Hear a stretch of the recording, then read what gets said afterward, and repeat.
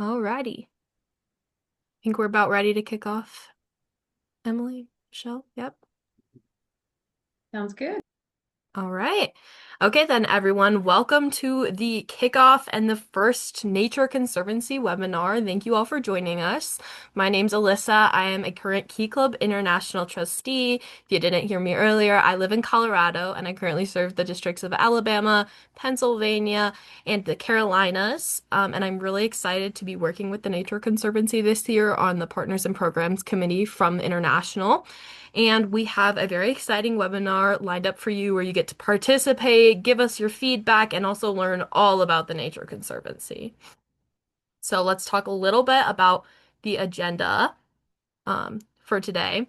So first, we are going to launch right into a presentation from Kate Ireland, who works directly with the Nature Conservancy. And then right after we get through that and we hear all about it, we're going to move on to K Club and CKI breakout rooms. And in those breakout rooms, we're going to be gathering feedback, doing some activities, and really just diving into what the Nature Conservancy has to offer for us. And then we'll just come and wrap up, and that'll be the end of tonight. So I'm going to pass it over to Emily to introduce Kate Ireland and get us started. Hi everyone, I'm CKI trustee Emily, and I'll be introducing Kate, our main presenter tonight.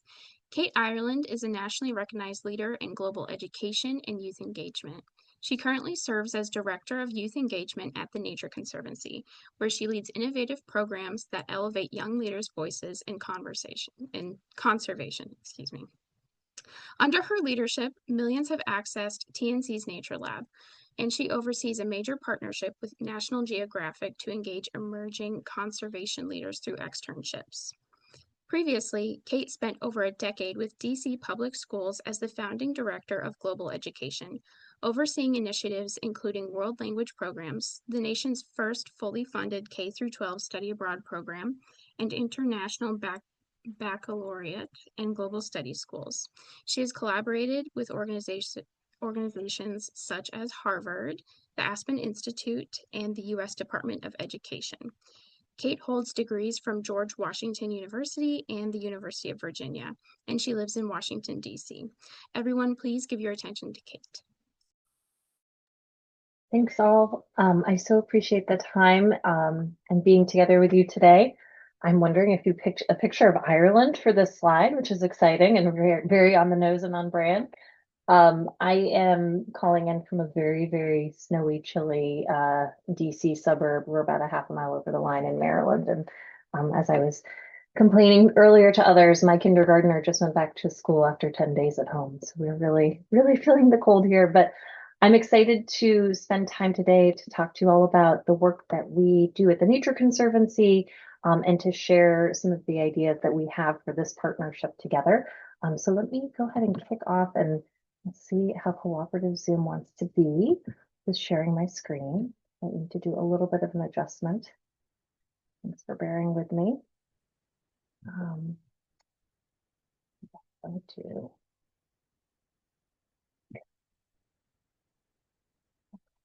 Everybody see that okay? Looks great. Okay, wonderful. I'm notoriously quite bad at paying attention to chat, so please just unmute yourself if anything goes awry or if you have a question. And I'll make sure we have time also at the end for me to answer any questions that come up. Plus, we have the breakout sessions. But as I shared, I'm Kate Ireland. I'm the Director of Youth Engagement here at the Nature Conservancy. And my thought and my approach today was to take time just to share an overview of who we are, what our organization is, talk a little bit about our new partnership, and then really hand it over to your leadership so that we have an opportunity to hear directly from you all. And you can start to give us inputs that will inform what this work looks like together. And I'll note that this is not the one opportunity that you have. Our hope is that this is a continued conversation and that we continue to work and iterate and build something together that is going to feel meaningful for you all as club members and really connects our work together. And I hope also to leave you with even more enthusiasm and some tangible ways for that you can take action for nature within your community. This feels particularly close to me. I'm a former Key Club kid. And so I'm always excited to think about ways that we can be building this partnership a little bit more. I did neglect to share my beginning slide. I'm gonna probably, let me see here. Let me just do this so I can share a quick video with you, which I think will give a good sense of our organization. But I'm, of course, have not shared sound, so the perpetual challenge here. It should be a given that I redo that. All right. So let me start us here.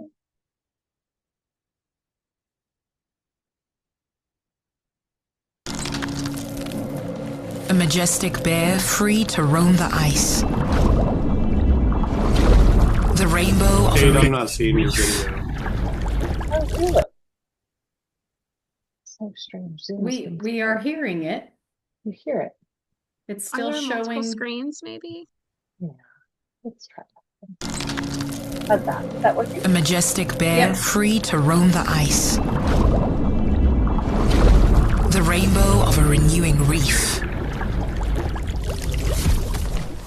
Have you ever heard it? Wings returning to their sanctuary. A dance toward home reborn. The thunder of hooves as grasslands regrow. When we give nature a chance, it comes back stronger.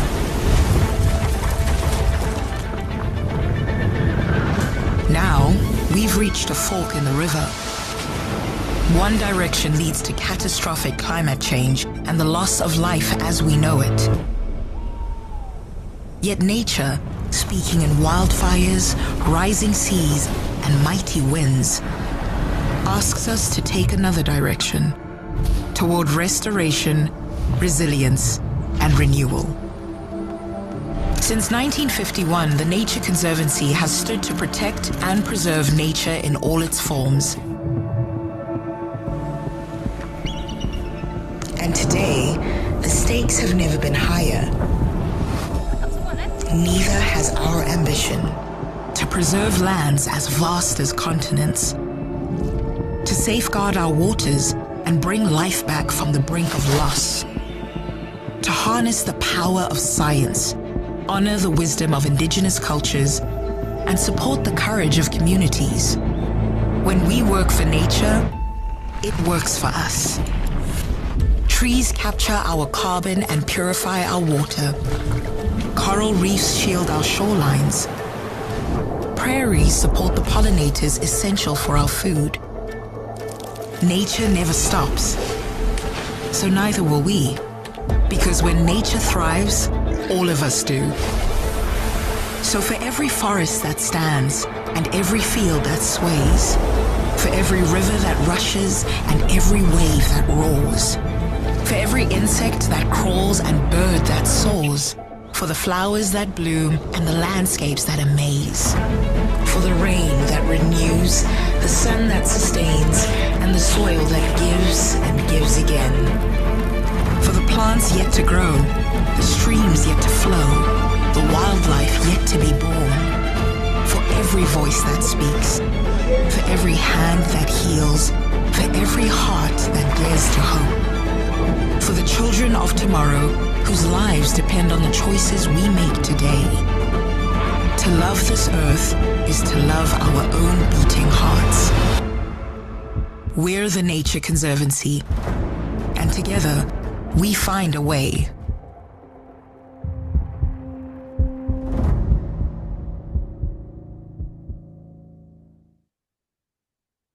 That's a very poetic take on who we are, and a much more visually appealing one. I'll talk through and break that down a little bit, and share who we are as an organization. So, as you heard in the video and as you see here, we are really guided by a core mission to conserve the lands and water on which all life depends. And that's work that we have been doing for 75 years. We have a big birthday this year that we're celebrating. Over the course of those 75 years, we've worked to find the people and the pathways that are going to make that change and that conservation possible.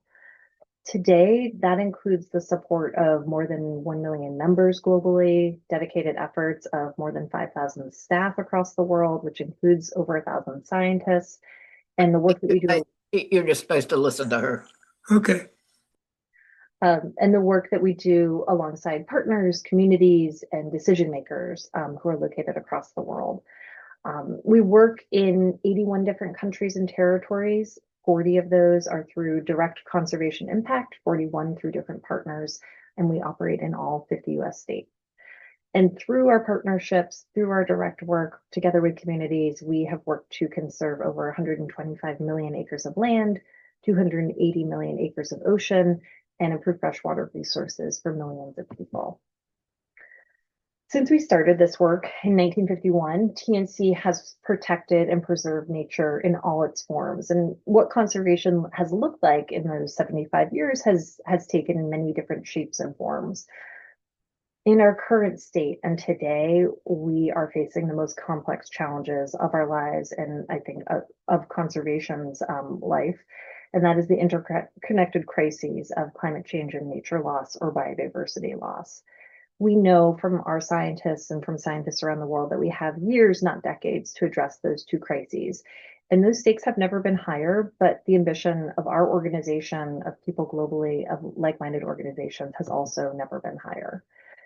That ambition is really guided by a core vision that we have as an organization. It is our belief that by scaling up local conservation work to a global level, we can create a future with a livable climate, healthy communities, and thriving nature. And we do that through different methods. We develop breakthrough tools and ideas, we amplify local knowledge, we influence decision making, and we also work to bring innovative funding solutions when funding is lacking. So I want to take a moment just to pause for this because I'm sure many of you are very familiar with climate change and likely a large number of you are familiar with nature loss or biodiversity loss, but they're not always familiar terms, and they're sometimes terms that we hear thrown about but not necessarily explained well. So if you take a moment and just think about what your favorite living thing is, it might be something that you're seeing every day outside your window, a bird, a tree, your dog's favorite park. This is a hard one for us to answer here in the DC area right now because everything is covered in snow, but we are seeing signs of life again outside as things defrost. And it might be something more exotic for you that you've seen while you've been traveling at a zoo. If you want to take a minute and drop that into the chat. These are important and these are things that matter because since 1970, within many of your parents and the adults in your lifetimes, wildlife populations have declined by an average of about 70%. That includes birds, amphibians, mammals, fish, reptiles, the kind of species that you might be just naming in the chat now.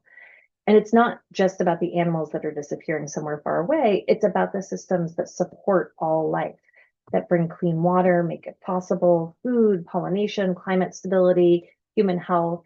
When that biodiversity declines, nature becomes less resilient, and as a result, so do we. So it is really imperative on us to make sure we're protecting nature for everyone's health.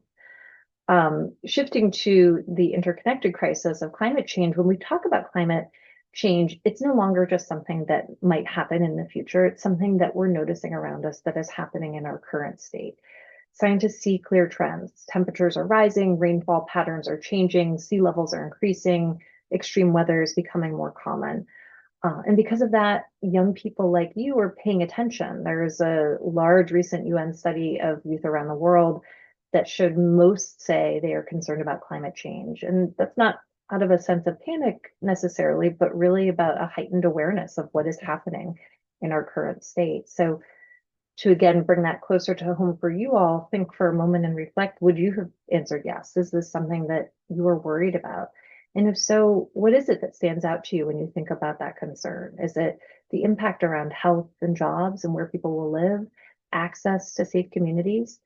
There's not a single right answer around why one might feel invested and worried about climate change. What matters is really just noticing what you care about, because that's often where that action can start. And so now I want to shift a little bit to get to why I do this work and why I'm here with you today. As you know, I'm the Director of Youth Engagement, and for TNC, engaging young people is a critical part of our work, of how we achieve the goals that we've set forth, of how we ensure that we are working in conservation today in a meaningful way, and how we're creating a sustainable plan for the future.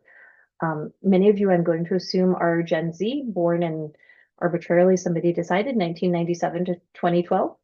And among you, you really do hold a tremendous key to change, more so than we have had in previous generations. You are the largest generation in history. You are demonstrating time and again through repeated data analysis, unprecedented investment and awareness of climate issues that we just have not seen with previous generations. Young people around the world are making real differences when it comes to protecting wildlife and habitat and having tangible conservation impacts. This study that is cited here demonstrates that over 1 million hectares of land have been restored through direct youth-led conservation efforts, and that including young people in conservation leads to 40% higher success rates. There's a real demonstrated need to be sure we are engaging young people with this work. And that's likely because your generation is hopeful, action-oriented, and solution-seeking when it comes to addressing climate. TNC is also focused on solution, hyper-focused, in fact. We have set six very ambitious 2030 goals that work globally to reduce carbon pollution, protect land, water, and oceans, and support communities that are already facing the impacts of climate change.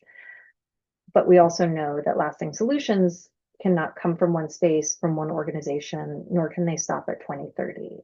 We will need to continue this work well beyond there. The world needs people in every field, in every community who understand conservation, know how to take action where they live. And that is really why we work alongside young people. We want to help build knowledge, confidence, and tools that you will need to shape what is going to come next, because the next decade of climate solutions will be led by people like you. So to pivot, I want to share a few of the ways that we already are working alongside young people and learning from you in the process. One of our big pieces of work is Nature Lab. And if you want to take a moment and think about where you've learned about climate change, not just in school, but anywhere. When has it come up for you? Is it in classes? Is it in social, through the news, conversations that you've had at home, at work? What we know is that most people agree climate change matters. Most people want better information about it. There are significant studies that show as many as 80 to 90% of Americans believe that we should be investing in this when it comes to what's taught in schools. But access to clear, trustworthy, engaging learning isn't always equal or easy. And Nature Lab really exists to close that gap or to help close it. It's a free online platform for anyone. So students, educators, family, lifelong learners who want to understand what's happening to our planet, why it matters, what it means to be working in conservation, what it means to take action in your own neighborhood and community. So through short videos and practical guides, Nature Lab will take you to real places that TNC works that are facing environmental change: Borneo, Great Bear Rainforest, Great Salt Lake. And we work to connect those stories to real choices that people are making today. So one simple thing that you can do, explore Nature Lab yourself. I've included a QR code here, and we'll make sure that we follow up with resources as well, and share it with someone else. That could be a teacher, a parent, a student, a coworker, young people in your lives. It's an easy, very manageable way to start to learn more. Another body of work for us that is very important in this space is our externship program. And some of you might already be thinking about what comes next with college, with careers, skills that you're developing now, and how those might show up later in your life. And at the same time, there's a growing reality across industries. I had a really interesting conversation with folks at Microsoft and LinkedIn recently. They've conducted a series of studies over the past few years demonstrate increasingly how organizations are struggling to find people with the skills needed to do sustainability and climate related work well. There's real demand and there's not enough access to learning and experience to meet that. And I know many of you are likely here today because you don't want to just learn about the planet, you want to contribute, you want to lead, you likely want to be part of these solutions. So together with National Geographic Society 4 years ago, we developed a program known as the Externship that is intended to help young people build the knowledge, connection, and confidence needed to step into those roles. It's an 8-week online global leadership experience for young people ages 18 to 25, and it's designed to support real-world action. Be that in a career, community, both. We've had 1,600 young people go through the program from across the world since we started it in 2021, and continue to offer 400 externships each year. And if that sounds like something that you might want to explore, either now or in the future, we have a QR code here that'll take you to more information as well as our application. So let's think about sort of immediate steps. Climate and conservation challenges can feel overwhelming. So let's take a quick pause and we can focus on what's really within reach, concrete actions that you could take today to support nature. First is you can learn, and that of course is related to Nature Lab, but take time to understand what biodiversity means, the biodiversity in your backyard, and why we're losing it. Take time to investigate causes of climate change. What is the difference between mitigating or stopping it and adapting to the changes that it's already causing? I have another code up here that will take you to a comprehensive climate action toolkit that we developed together with the Aspen Institute and a group of student leaders. And it goes deeply into how you can promote change within your school, advocating for green energy, electric school buses, funding opportunities that you can apply for, different very tangible actions that are very school-centric and focused. Another way is you can talk about it. Your friends, your neighbors, your club mates, your classmates, they're worried as well. And so this link will take you to a guide that we created at TNC that is called Let's Talk About Climate. And it is intended to guide positive conversations around climate change with people that are coming from multiple different spots when it comes to that topic. You can also ask your teachers and administrators to find ways to help others learn. This code will take you to a video that breaks down how we can tackle climate change and biodiversity loss, and is a great way to really start that conversation.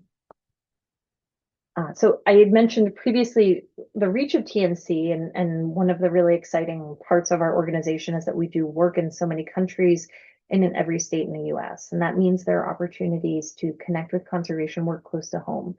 We manage preserves that are open to visitors, and many locations offer ways to get involved. It might be through volunteering, internships, community-based projects. You are welcome to explore what's happening near you. Nature.org is our website and a phenomenal place to start. You can navigate to your state or your region on the site, and it'll show you what opportunities are available. And if you follow TNC on social media, particularly your state or a regional account, it's one of the best ways to stay up to date on local events and opportunities. We are also here, that is part of what this partnership is we want to be supportive of those connections. So please feel free to reach out to us and we are happy to facilitate. Each TNC chapter is run as its almost own independent organization. And so there will be varying different opportunities that exist between all of them, and wherever we can facilitate those connections, those conversations, we're really excited to be doing that.